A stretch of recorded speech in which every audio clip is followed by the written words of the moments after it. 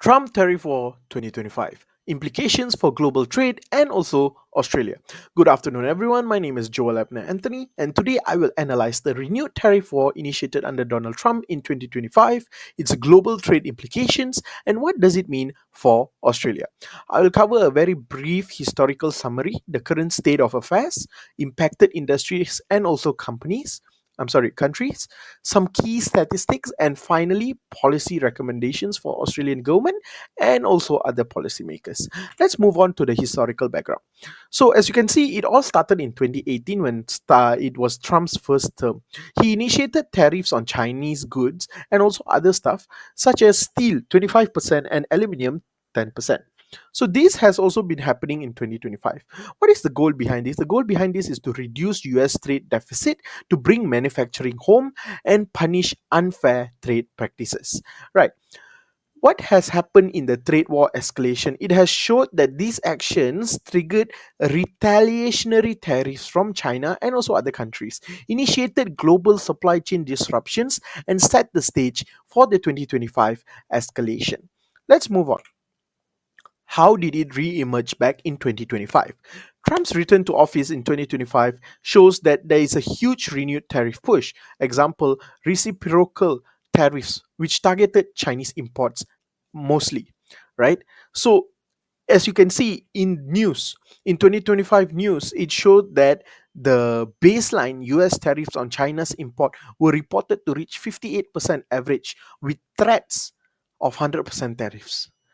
And the key actions behind this is that tariff rate increases. So, what does China do? China decides to expand their export restrictions on critical minerals such as rare earth elements and semiconductors. What is the strategy objective from America behind this? By Donald Trump, what is the thing that he is actually chasing after is that the aim is to narrow the trade deficit, to revive US manufacturing, reduce the dependency on China. As I said, revive US manufacturing. He goes back to the quote, make America great again. So one of the ways that he does this is via protectionism, where they reduce the dependency on Chinese goods and assert economic dominance. Let's move on. What is the current state of affair? Right. US China are engaged in high stake trade conflicts, tariff export controls, and also shipping fees. According to Reuters, a research that I made, has the US has targeted China with cascades of tariffs worth billions in a bid to narrow the deficit and recovering manufacturing. Even despite the recent truce and also negotiation frameworks, but deep structural issues still remain between the US government and also the China government. So what has happened? The global trade environment has elevated uncertainty and the supply chain has shifted. Let me give you an example of what happened. While negotiations between Donald Trump and also President Xi Jinping have resulted in temporary truce measures, the underlying tensions, right, over the rare earth materials and also supply chains such as semiconductors and all still remain unaddressed. Therefore, let's see what we are going to talk about next, which is the impact on global markets. What happens to other parts of the country when US has already imposed a huge tariff on a lot of countries around the world? So the global supply chains realign, which shows that the firms shifting from China to Vietnam, India, and also Mexico. Research by JP Morgan uh, shows that the US tariff and China retaliation cycle has led to China's full year 2025% growth being marked down to up to 4.4% due to the trade pressures, and the commodity prices start to volatile, such as steel, semiconductors, and also rare earth prices. What happens? The global GDP growth slowed by 4.0.4 to 0.6% due to the trade disruptions. The knock-on effect is slower global trade growth, it increased cost of goods and higher uncertainty for exporters and also importers all around the world. So that one trade move by Donald Trump has caused a huge ripple effect around the global markets. Let's talk about the impact on Australia. How is Australia actually affected by this? See, Australia's dual dependency on the export market to China plus the security trade link to the US. See, Australia must balance being strategic ally of the US while being economically tied to China as it is the largest trading partner. You see, the renewed US China trade war places Australia in a very delicate zone. And as US import tariff rise, the US firms seek non-Chinese sources. For example, semiconductors, rare earth materials, they seek friendly suppliers, right? So, what are the risks behind this? Commodity demands from China, US could drop, which would impact in a export volume hurt. So, you see, Australia is not immune to global slowdown.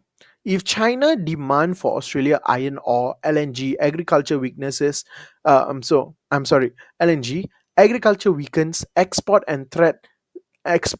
and therefore GDP may suffer. Right? Let me rephrase that again. If China demands for Australia's iron ore, LNG, what will happen is that the agriculture will weaken and export will also weaken. And therefore, the GDP may suffer. Moreover, supply chain disruptions add costs and risks for Australian importers. So, it is important for Australian policymakers to be diversified, careful, and make sure that the export markets and they strengthen the trade ties beyond US and also China. Moving on, what is the impacted industries? As you can see, I have listed here in the table. The impacted industries are such as steel, aluminium, agriculture, tech and semicon, energy and mineral. As for steel and aluminium and also tech and semicon, the impact type is both negative. This is due to the global overcapacity plus the tariff risk and price instability in steel and aluminium. But you see, let's go like this.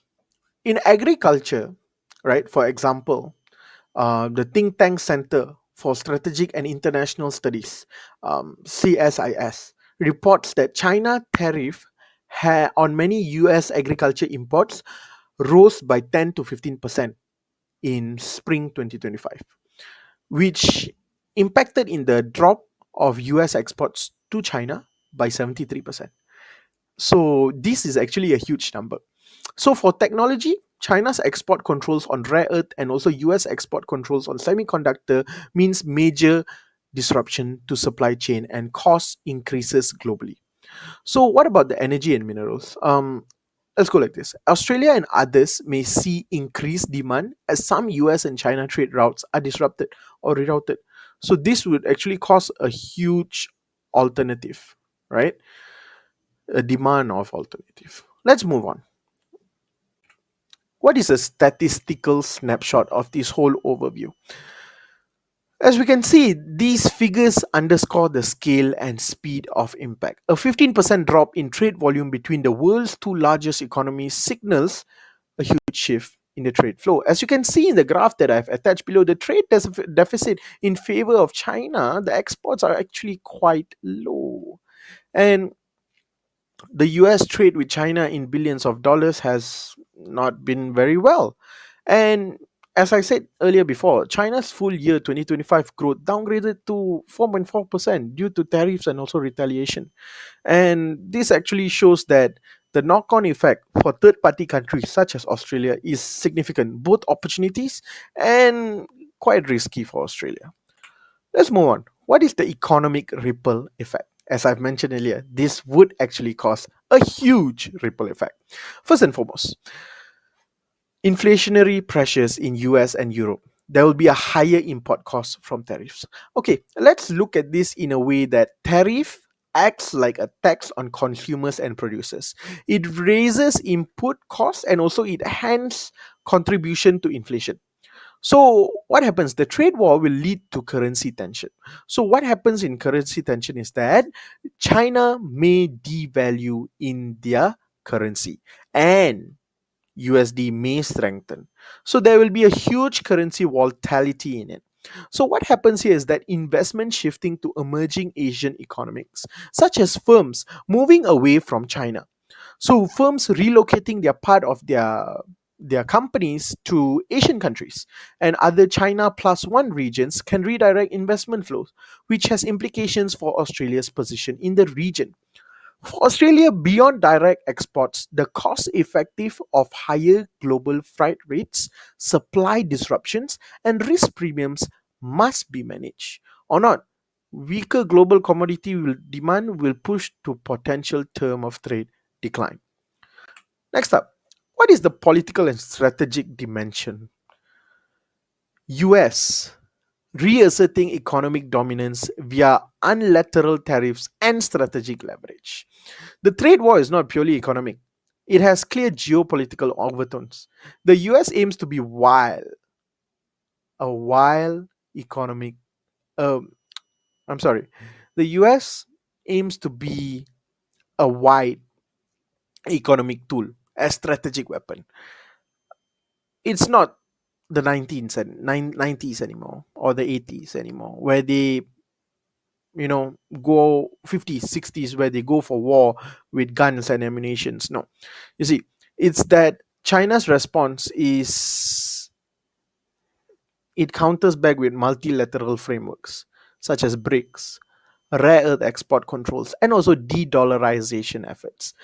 People don't play with guns and war anymore. Nowadays it's more economical, it's more money related, and it's more geopolitical. And for Australia, what happens here is that the policy decision becomes more complex. It aligns with the US, may help security and diversify. I'm so sorry. Will help with diversification, but Australia must also protect its trade relationships with China and maintain multiple supply chains. Moving on, what about the policy options for Australia? Let's talk about Australia. Given the uncertainty in US China trade relations, right? Um, Australia must hedge by diversifying its trade and supply chain risks. Supporting small exporters or mid-sized exporters to find new markets can mitigate shocks if if China's demand or US tariff change suddenly. In long-term investment, in long-term perspective, investment in manufacturing and resilience, such as minerals, critical mineral processing, positions Australia to benefit from shifts in global supply chains rather than simply suffering from them. Engaging regionally and multilaterally reduces exposure to bilateral shocks and help Australia maintain an independent trade policy. I'm so sorry. Next up, the recommended course of action. So what is recommended here, as I've placed in my slide, is that based on the research that I've done, to summarize, while the renewed US trade war creates risks, it also opens opportunities for countries like Australia that are adaptable. The key takeaway is that Australia should not assume a return to business as usual. Global trade patterns, the world is changing, and so must Australia's trade and economical strategy, right? Thank you so much for listening.